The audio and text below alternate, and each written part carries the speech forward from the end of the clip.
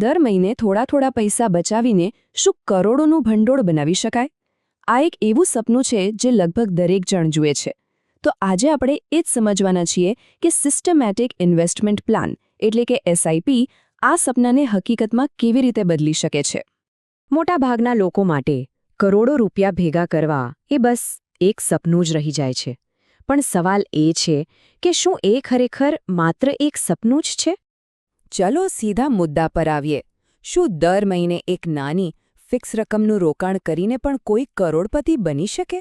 ચલો આનો જવાબ શોધીએ. અને જવાબ છે હા, બિલકુલ શક્ય છે. પણ એમાં એક શરત છે. એક એવી ચાવી છે જે આ આખું તાળું ખોલી શકે છે. એ ચાવી શું છે એના પર આવીએ એ પહેલાં ચાલો એ સાધનને સમજી લઈએ જે આ આખા લક્ષ્યને શક્ય બનાવે છે. અને એ છે એસઆઈપી એટલે કે રોકાણ કરવાનો એકદમ સરળ અને સિસ્ટમેટિક રસ્તો. તો આ એસઆઈપી છે શું? એકદમ સાદા શબ્દોમાં કહીએ તો એ દર મહિને એક નક્કી કરેલી રકમ મ્યુચ્યુઅલ ફંડમાં જમા કરાવવાની એક રીત છે. બસ આટલી નાનકડી શિસ્ત પણ લાંબા ગાળે આ જ સંપત્તિ બનાવવાની સૌથી શક્તિશાળી રીત સાબિત થાય છે. અને હવે આવીએ છીએ એ મુખ્ય શરત પર, એ ગુપ્ત ચાવી પર જે કરોડોનું ભંડોળ બનાવવામાં ખરેખર મદદ કરે છે. અને એ છે સમયની તાકાત.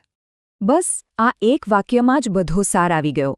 કોઈ કેટલું રોકાણ કરે છે એના કરતાં વધુ જરૂરી એ છે કે કોઈ કેટલા લાંબા સમય સુધી રોકાણ કરે છે.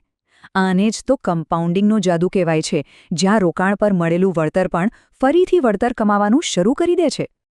સારું, તો આ સમયની તાકાતને પ્રેક્ટિકલી સમજવા માટે ચાલો આપણે જોઈએ કે અલગ અલગ ઉંમરે રોકાણ શરૂ કરવાથી 60 વર્ષની ઉંમરે 1 કરોડના લક્ષ્ય પર કેવી અસર પડે છે. જરા વિચારો, જો કોઈ 25 વર્ષની ઉંમરે રોકાણ શરૂ કરે તો દર મહિને માત્ર 1000 રૂપિયાનું રોકાણ કરવાનું છે. 35 વર્ષ સુધી આ ચાલુ રાખે તો 60 વર્ષની ઉંમરે આ નાનકડી રકમ પણ 1 કરોડથી વધુ બની શકે છે. હા, આ ગણતરી આપણે 15% વાર્ષિક વળતરની ધારણા પર કરી છે. પણ જો શરૂઆત કરવામાં માત્ર 5 વર્ષનું મોડું થાય તો, એટલે કે 30 વર્ષની ઉંમરે કોઈ શરૂ કરે તો એ જ 1 કરોડના લક્ષ્ય સુધી પહોંચવા માટે માસિક એસઆઈપી લગભગ બમણી થઈ જાય છે, એટલે કે લગભગ 2000 રૂપિયા.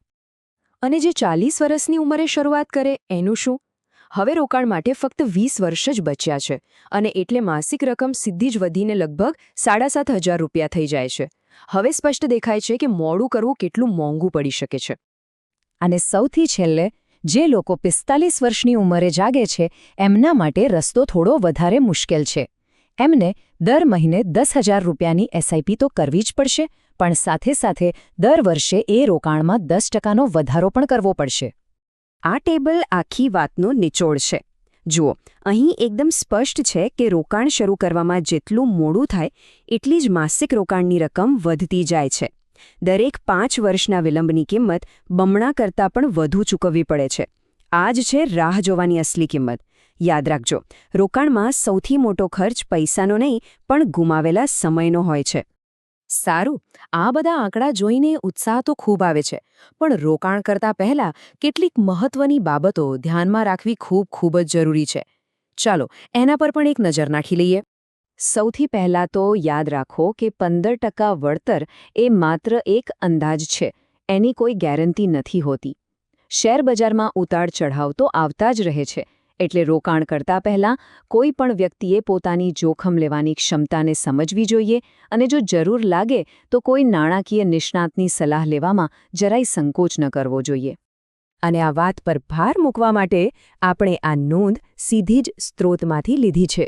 કોઈ પણ રોકાણનો નિર્ણય લેતા પહેલાં પૂરતું સંશોધન અને નિષ્ણાતની સલાહ લેવી હંમેશા હિતાવહ છે.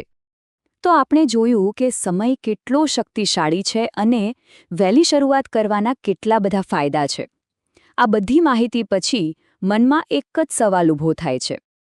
અંતે સૌથી મહત્વનો નિર્ણય એ નથી કે કેટલું રોકાણ કરવું, પણ એ છે કે ક્યારે શરૂ કરવું. આજના આંકડા એક જ વાત સ્પષ્ટપણે કહે છે, શરૂઆત કરવાનો સૌથી સારો સમય આજ છે. તો રોકાણની યાત્રા ક્યારે શરૂ થશે? આ સવાલ સાથે અમે તમને વિચારવા માટે છોડીએ છીએ.